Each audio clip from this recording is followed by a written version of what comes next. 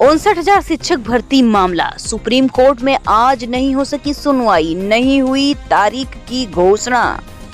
UP encounter की बात की जाए तो फर्जी इनकाउंटर नाइंसाफी है, ऐसा अखिलेश यादव ने अनुज सिंह के मुठभेड़ में ढेर होने पर कहा है। सराफा लूटकांड के आरोपी अनुज प्रताप सिंह की एनकाउंटर में मौत के बाद अखिलेश यादव ने इस पर बयान जारी किया है और कहा है कि किसी का भी फेक इनकाउंटर नाइंसाफी है।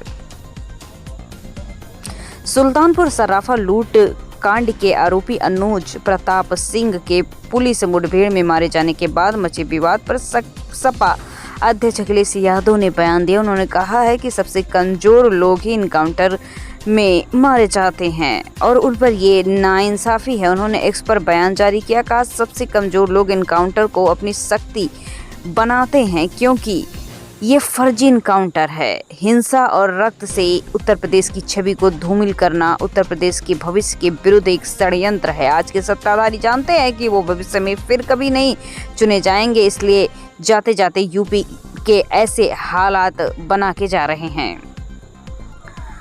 झांसी में सड़क पर मगरमच्छ, कानपुर में 13 गांव डूबे, कल से 6 दिन बरसात, अब तक 6% कम गिरा पानी, 23 जिलों में कोटा फुल।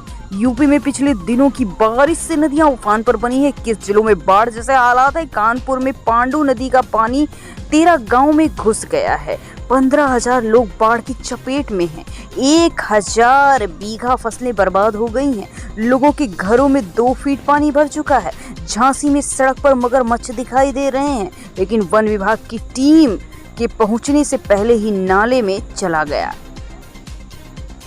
बात सहारनपुर की जाए तो सहारनपुर में यशपाल बने उद्योग व्यापार प्रतिनिधि मंडल के प्रदेश उपाध्यक्ष संगठन मंत्री अशोक छाबड़ा बोले, जो भी जिम्मेदारी मिलेगी उसका ईमानदारी से निर्वहन करूंगा। बात की जाए प्रयागराज की तो असीम अरूढ़ बोले, आरक्षण खत्म करना चाहती है कांग्रेस। प्रयागराज में समाज कल्याण मंत्री बोले, विपक्ष तोड़ने का काम करती है। अनुसूचित मोर्चा सम्मेलन में पहुंचे। अगली खबर प्रतापगढ़ से है। बच्चों से भरी स्कूली बस को आरटीओ ने पकड़ा, कार्यालय के अंदर खड़ा कराया। अभिभावक और स्कूल प्रशासन ने किया जमकर हंगामा। प्रतापगढ़ के अंतु कोतवाली इलाके में एक स्कूली बस को आरटीओ यानी प्रवर्तन दिलीप कुमार द्वारा कागजात न पूरे होने के कारण रोके जाने के बाद आरटीओ कार्यालय ले जाने का मामला सामने आया है। ये बस बिहारगंज स्थित एटीएस स्कूल की थी, जो बच्चों को स्कूल से घर छोड़ने या घर से स्कूल ले जाने का काम करती थी। बस के कागजात पूरे न होने पर आरटीओ ने बस को रोककर जब्त कर लिया, जिसके बाद अभिभावकों ने और स्कूल कर्मचारियों ने जमकर हंगामा किया। आगरा के स्पर्श की फिल्म को ऑस्कर में एंट्री, लापता लेडीज को ऑस्कर अवार्ड 205 में फॉरेन कैटेगरी के लिए चुना गया है। स्पर्श बोले, मैं बहुत खुश हूँ। अगली खबर की बात की जाए तो अलीगढ़ में गैंगस्टर की 2 करोड़ की संपत्ति जब्त, पुलिस ने ढोल बजाकर की मुनादी, लंबे समय से चल रहा था फरार। ये तस्वीर गैंगस्टर की संपत्ति जब्त करने के दौरान है। अलीगढ़ में पेशेवर और शातिर अपराधियों के खिलाफ पुलिस की कार्रवाई जारी है। सासनी गेट पुलिस ने सोमवार को एक गैंगस्टर की प्रॉपर्टी जब्त कर ली। उसके खिलाफ थाने में गैंगस्टर एक्ट समेत कई मुकदमे दर्ज हैं। अगली खबर कासगंज से है। कासगंज में 5वें दिन सफाई कर्मचारियों की हड़ताल समाप्त, प्रशासन ने मानी सभी शर्तें, कहा हड़ताल के दौरान का वेतन नहीं काटा जाएगा। बात की जाए कानपुर देहात की तो कानपुर देहात में कार्यकर्ताओं से मिले भाजपा सांसद, बोले धूमधाम से मनाई जाएगी दीनदयाल की जयंती, प्रत्येक बूथ पर 100 नए सदस्य बनाएं। धोखेबाज सहेली ने कर दी गंदी वीडियो वायरल। मेरठ में साइबर वार में पर्सनल झगड़ा, पति को बॉयफ्रेंड का सच बताने का लिया बदला। मेरठ में सहेलियों की आपसी लड़ाई सोशल मीडिया प्लेटफॉर्म पे आ गई। सहेलियों में किसी की बात पर मनमुटाव हुआ, दोनों ने एक दूसरे की जिंदगी बर्बाद करने की ठान ली। एक ने सहेली के पति को उसके एक्स्ट्रा मैरिटल अफेयर का सच बता दिया। बदला लेने के लिए दूसरी सहेली ने न्यूड वीडियो बनाकर सोशल मीडिया पर अपलोड कर दिया। इस खबर की बात की जाए तो यूपी में बाई इलेक्शन को लेकर गहमा गहमी, योगी अखिलेश में कौन मारेगा बाजी, क्या कहता है सर्वे। यूपी में होने वाली उपचुनाव को लेकर माहौल टाइट है। लोकसभा चुनाव 2024 के बाद सपा का कॉन्फिडेंस हाई है।